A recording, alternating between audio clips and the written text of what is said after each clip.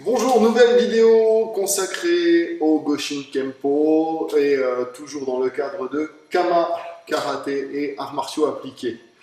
Aujourd'hui, je vais vous proposer une autre version du travail que proposait Maître Grus au niveau de la défense. Le premier cycle de vidéo va être consacré vraiment à la défense. Cette fois, je vous avais montré la fois précédente tout ce qui était sortie, anticipation, rentrée sur attaque. Ce coup-ci, on va voir tout ce qui est sur saisie, d'accord? Tout ce qui vient vers le milieu.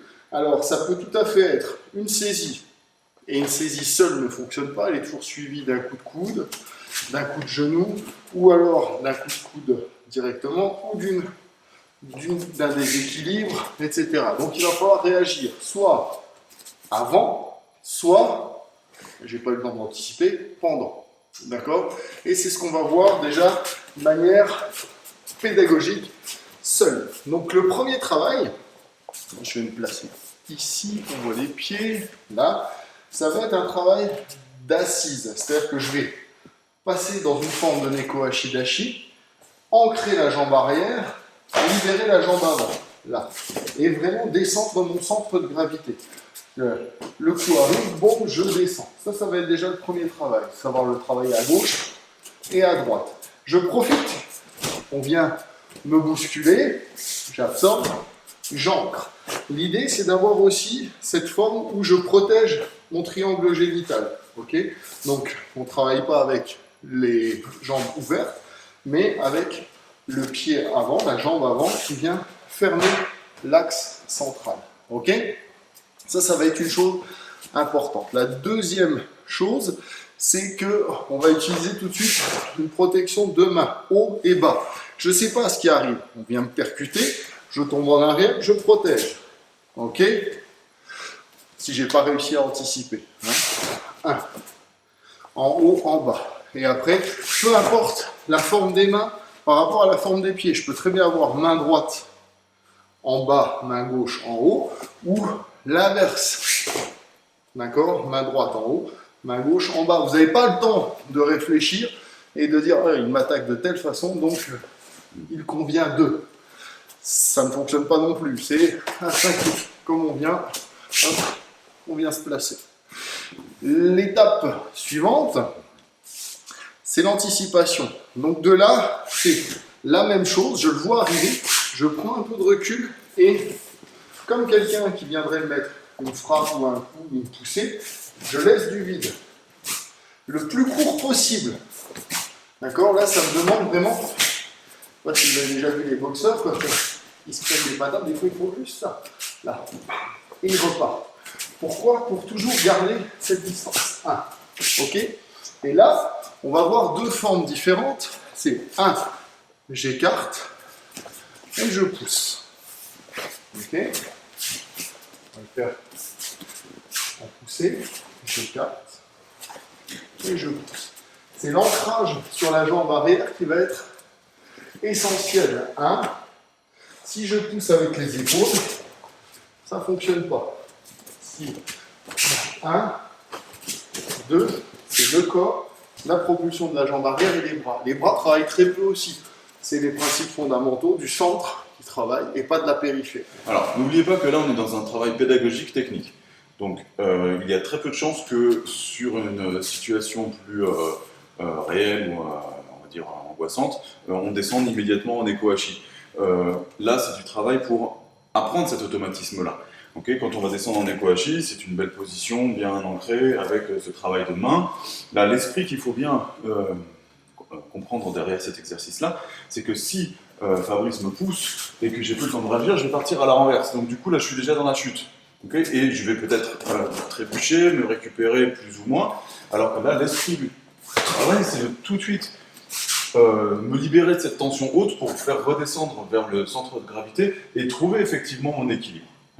Donc ne pas se dire je dois à tout prix, comme tu disais de manière formelle, descendre en écho, ça c'est l'esprit de la posture. L'esprit de la posture, c'est faire redescendre dans le centre de gravité pour trouver tout de suite, sur cette position courte, ton équilibre et en même temps ta capacité à réagir. Parce que là, je vais être sur une distance courte et non pas une distance longue. Donc du coup, c'est poursuit. Et là, je suis déjà au contact puisque j'ai eu un court recul. Donc comprenez bien la notion, le principe d'une écho. Ouais, le principe avant la technique, c'est toujours essentiel. Donc, pour reprendre, là on a travaillé double saisie, intérieur, et le même principe, c'est extérieur. Là, le danger, c'est que je l'absorbe, et si je l'absorbe, il y a la tête qui part. Donc, ici, il va falloir vraiment sortir de l'axe, à gauche ou à droite. Okay, ou au contraire, ici, mettre le coude pour protéger mon centre. Je reprends un petit peu mon analogie avec les échecs, on essaye de prendre le centre de l'autre. Donc, s'il vient prendre mon centre, il faut que je le protège. Si je viens prendre son centre, soit il le déplace, soit il le protège. On reprend les échecs. La dame, le pion avance sur la dame fait un pas de recul. Elle change de case. Okay, si le pion a réussi à prendre la case de la dame est prise. Et là, c'est le même principe. C'est un principe d'échec. Soit je sors, soit je prends la place. Ok. Donc, là, pour reprendre, on a déjà un gros travail qui peut s'effectuer et on va le reprendre maintenant doucement par deux. On va travailler sur saisie. Là, je profite de cette petite poussée pour m'ancrer. Déjà, c'est ancrage. 2. Là, je viens m'asseoir. Et là, j'ai les mains. 1. Et parce qu'il y a le coup de tête qui peut arriver, je mets carrément l'avant-bras. D'accord? Ma main, elle peut très bien glisser. Il suffit qu'il ait la peau grasse. Ça passe. Coup de genou. Je ne sais pas ce qui se passe. Donc, ici, c'est je protège. Et s'il ne se passe rien parce qu'il ne fait que avancer sur moi, c'est moi qui prends l'ascendant tout de suite. S'il se passe quelque chose, en haut, en bas, une fois que le coup et la stabilité sont passés, le coup est passé, que la stabilité est bien récupérée, je ne laisse pas traîner. D'accord? Il faut impérativement que quelque chose se passe, comme la vidéo précédente. Donc, je vais encore une fois pas rentrer dans le détail technique du après, mais le pendant, la poussée arrive, ou la poussée arrive, à moi de travailler. Okay, s'il lève, je baisse. D'accord? Il ne va pas me soulever à bras tendus. Physiologiquement, c'est impossible. Il est obligé de prendre de la flexion. J'amplifie sa flexion. Je tape même sur les biceps. Je tape là où il y a des frappes intéressantes, irakiennes. Coup de coude. De là, après, hop, j'ai mes clés, j'ai ce qu'il faut. On fera une prochaine vidéo consacrée là-dessus. Là, c'est pas le propos. Deuxième anticipation. 1, je l'absorbe, je remets. D'accord? Là. 2. C'est très simple. Zone sensible, les yeux. Je cache les yeux, je crée un déséquilibre. Ni plus ni moins. Ok? Et là, c'est par en dessous. Maintenant, par au-dessus. Là, je descends, je protège. Je sors de l'axe. Et vous voyez la liaison, si vous avez vu la vidéo précédente. Là. 1, 2, 3. J'ai ma rotation. Ce qui est intéressant dans cette méthode, c'est qu'il y a beaucoup de choses qui s'imbriquent les unes dans les autres. Et je vais finir, vous avez vu le travail donc saisi. Là, 1, 2.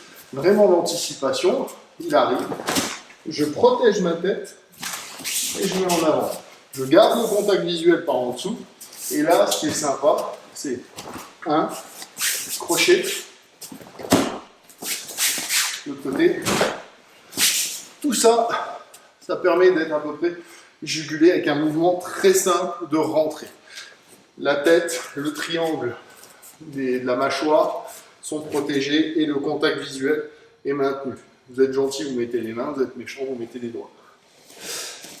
Donc voilà deux situations de défense que l'on va mettre en place. Donc la première a été évoquée dans la première vidéo.